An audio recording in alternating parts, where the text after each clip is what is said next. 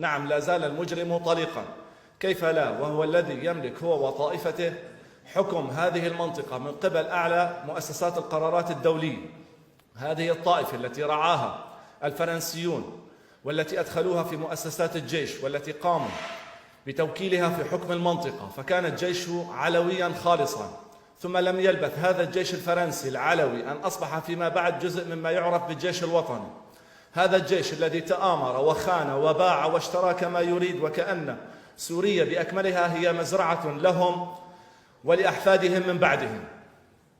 نعم، لماذا يرتكبون هذه المجازر بحقنا؟ ما الذي فعلناه حتى ترتكب بحقنا أبشع مجازر العصر؟ هذا نابع عن عقيدة هذه الطائفة المتوحشة.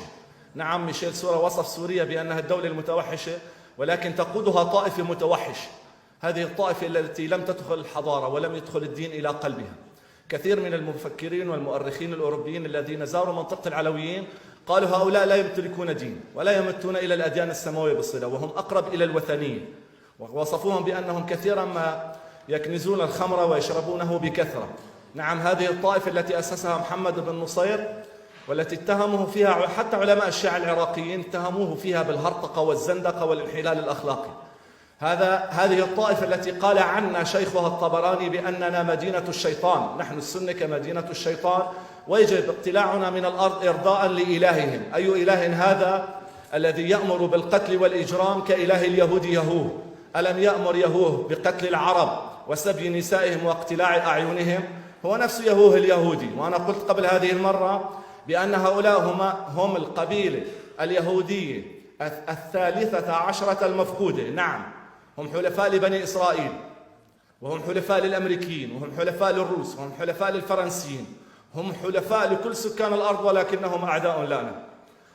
هؤلاء الذين وصفهم محمد كرد علي قال بأن العثمانيين يتحملون جزء من المسؤولية في عدم تعليم هذه المنطقة وإخراجها من القوقعة والانعزال، ولكن في العهد الفرنسي انتشرت المدارس وفي العهد الوطني وتعلم هؤلاء. فماذا كانت النتيجة؟ كانت النتيجة أن ما يعرف بمثقفيهم، طبعا زورا وبهتانا يقال عنهم مثقفين ليسوا مثقفين، أن مثقفين هؤلاء الطائفة هم أشد طائفية وأشد تعصبا ضدنا نحن أبناء السنة.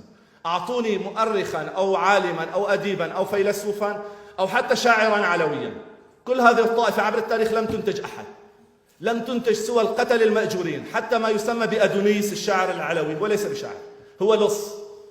كل مؤلفات سرقة من الشعراء الفرنسيين والتونسيين والليبيين والعراقيين. الشاعر العراقي كاظم جواد قال في كتابه تدليس أدونيس أنه لص، وكل الشعراء كتبوا عنه.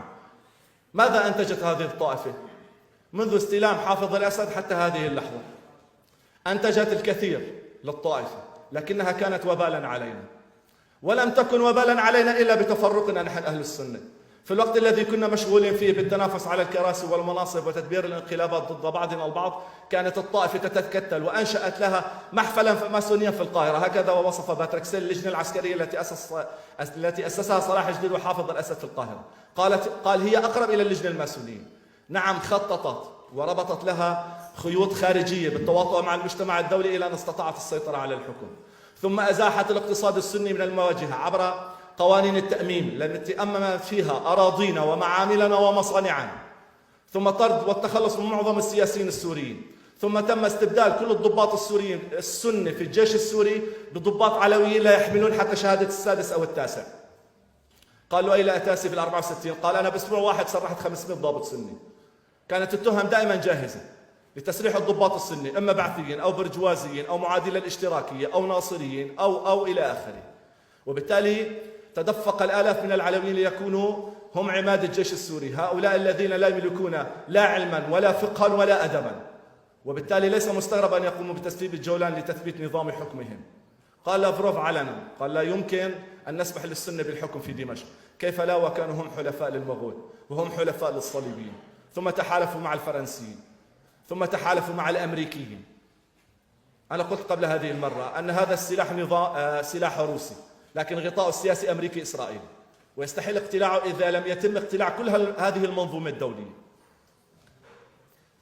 فقط الأسد هو من قتل؟ لا، الأمريكيين قتلوا في العراق أكثر من 2,000,000 عراقي، الأمريكيين والفرنسيين أيضا ارتكبوا المجازر في الجزائر، والروس هجروا كل أهالي الشيشان.